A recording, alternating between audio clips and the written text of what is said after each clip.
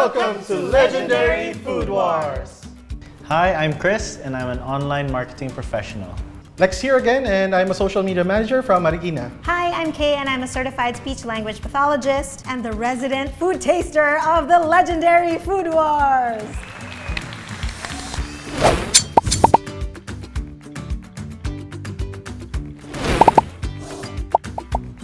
I was so excited when I heard that we're gonna have sweets today. I prefer savory over sweet, but you'll see, I eat sweets then. Good thing it's my cheat day today, so I'll be enjoying all the sweets that I can. So chef, bring it on again with the sweet recipes.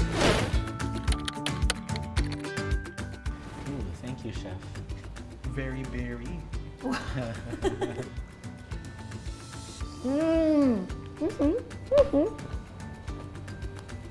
Lalawin ako sa sarap. Sorry guys, ang sarap niya.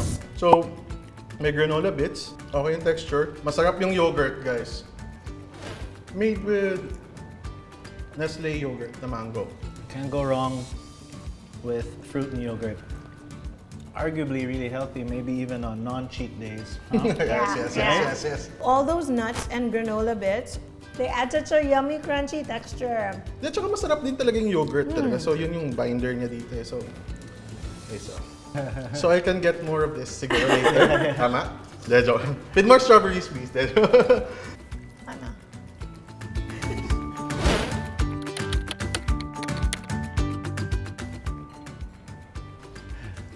Excited. You know, I love how fragrant this yogurt is. Parang pwede mo siyang inumin eh. I'll try it. Oo nga, no? Ang liquidy and... Oo nga, parang dapat drink na to siya. I think I see this sa mga sagog or gulaman na drinks, right? Mango just goes so well with strawberry. I think it still uses the same yogurt, pero parang it's a little more watered down. Ang plain versus the first one. I like the first one kasi mas gusto ko yung may crunch siya. Yeah, I think drink na lang talaga to versus like a scoopable na dessert, no? And the chia, Alex, I'm going back to you again. And it makes it a little healthier, right? Yes. So, every day, not just Cheat cheat day! day. Every day. It's my Chia day! Sorry. Cheers to that. Cheers! Cheers to that. Cheers! Yeah. Cheers! Oh, cheers! No! Guys, I win again. May contest pala. Paubusan. Sige.